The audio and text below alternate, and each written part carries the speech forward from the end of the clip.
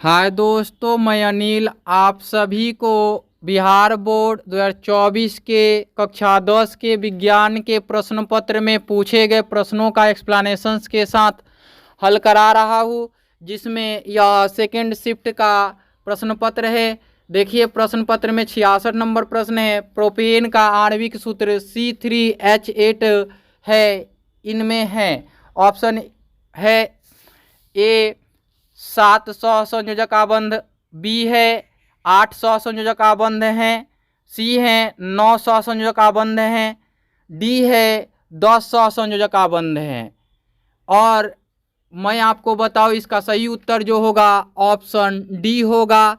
क्यों डी होगा, इसको जानने के लिए हम पहले इसकी संरचना सूत्र के ऊपर काम करते हैं। तो संरचना सूत्र लिखते हैं, सी सिंगल बॉन्ड से सब सी को जोड़ लेते हैं और दोनों तरफ एच दे देते हैं और तीनों सी के ऊपर नीचे भी एच लिख देते हैं।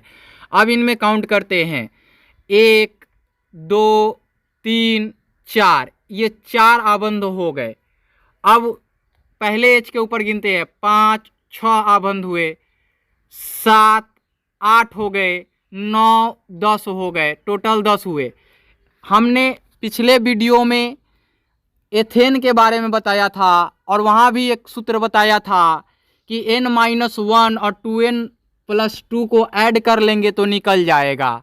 तो देखते हैं, एल्केन का सामान्य सूत्र CnH2n+2 होता है और एल्केन यौगिक के सहसंयोजक आबंध ज्ञात करने का सूत्र n+1 + 2n+2 होता है।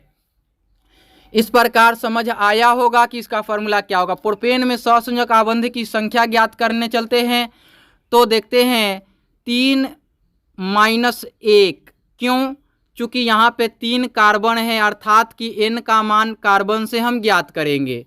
तो यहाँ 3 कार्बन हो गए, -1 कर लिया, उसके बाद +2 × 3 कर लिया, फिर 2 जोड़ लिया और बराबर लिखा। 3 - 1 तो 2 हो जाएगा और +2 × 6 + 2 हो जाएगा।